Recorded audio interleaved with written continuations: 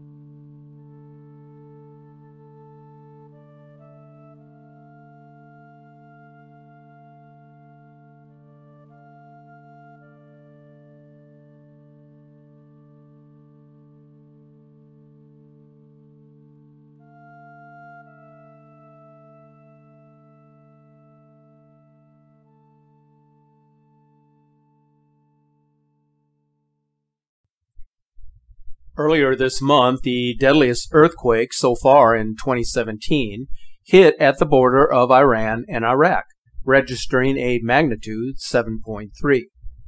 According to geological officials in Japan, this seismic event was so significant that it actually raised the surface of the ground nearly 3 feet, or roughly 90 centimeters, as shown by these images captured from the land observation satellite Dachi 2. The officials say their analysis suggests the ground sank up to 30 centimeters near the epicenter. Land rose 10 to up to 90 centimeters over a stretch of about 80 kilometers south of the epicenter. The officials say the data is almost in line with analysis by the USGS. The U.S. agency said seismic waves indicated the quake was caused by reverse faulting, in which layers of rock shift at an angle. Data suggests the ground swelled by about 40 centimeters in western Iran, where many buildings collapsed. Large ground deformation appears to have caused the powerful tremor. This is yet another indication that powerful forces are at work that will forever change the landscape of our world. Right here in our own backyard, there are reports surfacing from FEMA that the worst natural disaster in the nation's history now has a 1 in 3 chance of happening. I'm referring to the Pacific Northwest, which includes Portland, Seattle, and Vancouver. It is known as the Cascadia subduction zone, and it is a much larger threat to the nation as a whole, irrespective of the Yellowstone caldera or the New Madrid fault zone. This fault zone is where the Juan de Fuca plate meets the North American plate, which stretches for 700 miles from Vancouver Island to Northern California. Periodically in its history, an event called a full margin rupture occurs, which is as devastating as one could imagine. The last event of this magnitude occurred back in 1700. A tremendous earthquake so large that it created a massive tsunami that wiped out a large section of coastal Japan, which is thousands of miles across the Pacific. FEMA continues to indicate that the Pacific Northwest is overdue for another disaster of epic proportions. An earthquake that could reach 9 or 10 on the Richter scale. When this happens, cities such as Seattle, Vancouver, and Portland will suffer what is described as the worst natural calamity in the history of North America. Now, if you were to consider how epic this event could be, FEMA has indicated that at the very least, tens of thousands of people would die. There would be more than 1 million homeless, and 2.5 million would be in desperate need of food and medical supplies.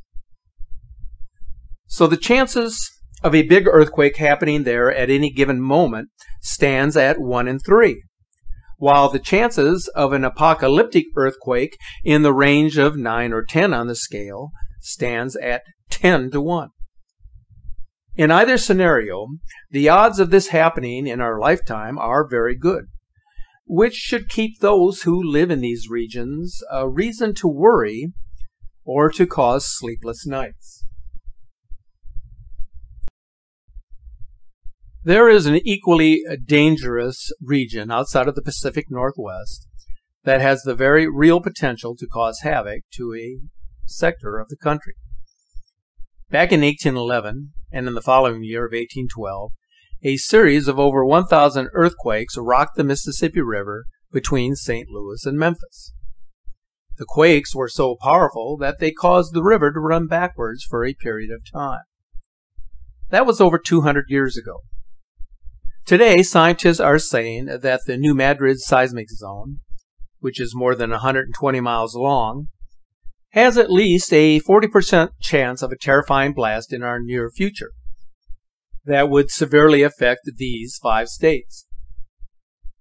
The shaking would be felt well beyond this region.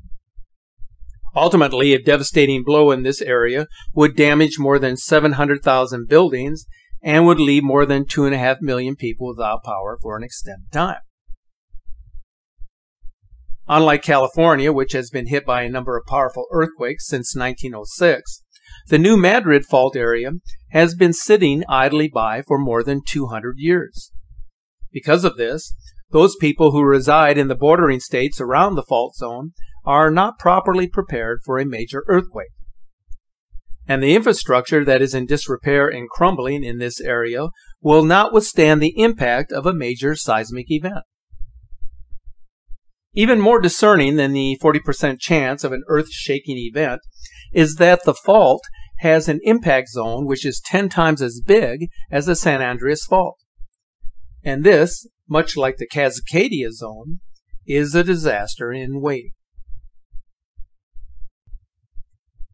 When measuring the intensity of the 1811 earthquake in the New Madrid region, using what is known as the Mercalli intensity scale between 1 and 10, where 1 is instrumental and 10 is disastrous, The USGS determined that the area that experienced damaging earth motion equal to or greater than 7 was estimated to be around 600,000 square kilometers, whereas shaking greater than 5 occurred in an area of 2.5 million square kilometers.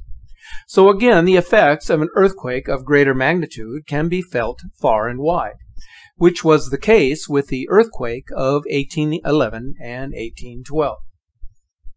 So for our viewers and subscribers who live in these seismically active regions of the country, it is imperative that you have an earthquake plan. My recommendation is that you do not wait too long on this.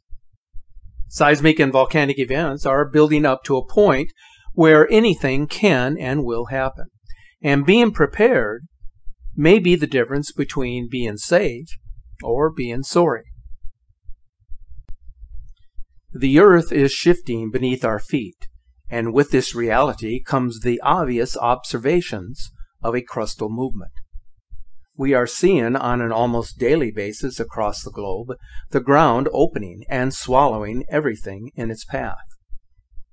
The latest example can be found in Brazil, where a giant crater measuring more than 20 meters, which is some 65 feet, suddenly and without warning opened up on November 5th.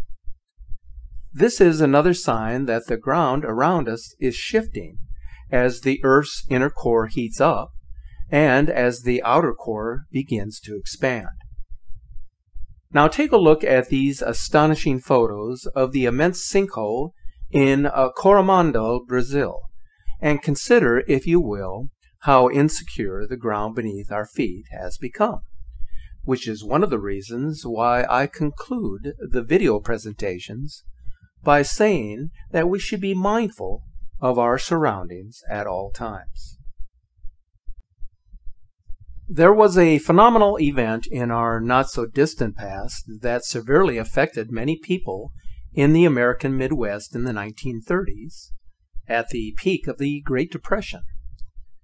And I'm not referring to the financial collapse, but rather to the environmental and humanitarian catastrophe that incurred as a result of the worst drought in U.S. history, which was called the American Dust Bowl. There are some people today who still believe that the Great American Dust Bowl was a once-in-a-generation event that is unlikely to occur in our future. But scientists are not so convinced. They now believe that the Dust Bowl is coming back, and this time its consequences will be felt for decades. The southwestern United States typically experiences a severe drought at least once and possibly twice in a century, which would suggest that the country is overdue for another dry event, considering that it has been almost 80 years since the end of the last great drought in the United States. The chance of a multi-decade drought hitting the heartland within the next century is upwards of 80%. A drought that could last 35 years could make the 1930s Dust Bowl seem trivial. So what would a megadrought look like in America's heartland? If you would picture the movie Mad Max, where toxic dust storms are raging across the region and making driving a deadly ordeal, the vast majority of trees have either died or are on the verge of dying, where farming and agriculture have become virtually impossible. Meantime, in the American West, a searing megadrought would cause massive water shortages, while wildfires would devastate states such as California and Arizona. This is precisely what scientists have anticipated will happen if a drought that supersedes the 1930 Dust Bowl were to actually occur. If we take time to observe our surroundings, we then begin to understand that the probability of a megadrought is becoming more likely at each turn. No one seems to be aware of this or concerned about it, But unless we beat the odds, that day will come, and we should get ready. Not long ago, I mentioned how events on the Earth are behaving abnormally. In retrospect, our planet is behaving unpredictably, in a manner that we are unaccustomed to. As we move from one season to the next, we would expect the transition to happen normally. But this is not always the way it works, and this erratic behavior that we see today is progressively getting worse. A perfect example of such anomalous behavior was recently experienced on the island of Hawaii, where an unusual early snowstorm blanketed the top of the volcanic mountain of Mauna Kea with more than 8 inches of snow, saturating the summit with icy rain, as well as creating whiteout conditions. Although it is not uncommon for the highest volcanic summit on the Big Island to experience snowfall, where temperatures can drop well below freezing, but the timing is much earlier than anticipated, and so this anomalous weather event would yet again indicate that the Earth's climate is changing. With the winter solstice now approaching, we should remind ourselves just how quickly weather conditions can change, where unexpected circumstances can create havoc while catching many off guard. In 1913, an extraordinary event happened in the Great Lakes region. That year, an extratropical cyclone called the November Witch, where 2 storm tracks converged, was responsible for creating hurricane-force gales, whiteouts, and colossal waves. It was unlike any winter storms that those on the Great Lakes had ever seen. During a 4-day span, the so-called White Hurricane caused a dozen major shipwrecks, becoming the greatest U.S. inland maritime disaster to date. Cleveland and other major cities nearby were annihilated by the event, buried in many feet of snow. When the White Hurricane ended its spree, the death toll was over 250. Although this event was colossal in its development and in its aftermath, there was something positive that came out of the horrific storm. Because of the fact that everyone had been caught off guard by this disaster, this anomalous event led to rapid improvements in both storm preparedness and in weather predictions. It proved to be especially effective some 100 years later when Hurricane Sandy merged into a superstorm. If it had not been for the lessons learned in the White Hurricane of 1913, the effects of Hurricane Sandy along the Atlantic seaboard could have been far worse.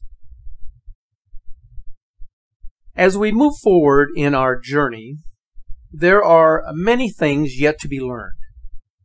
We must not forget our past, for history teaches us many things that we can use as building blocks for the future. But if we fail to adhere to the lessons that history taught us, then we are destined to repeat the same mistakes that our forefathers made many years ago. With so much happening in today's world, we must not turn a blind eye or a deaf ear to the changes that are happening on this fragile earth. We must move forward with both an open mind and a pure heart. And so, my friends, stay informed, be mindful of your surroundings at all times, but most importantly, keep looking to the sky.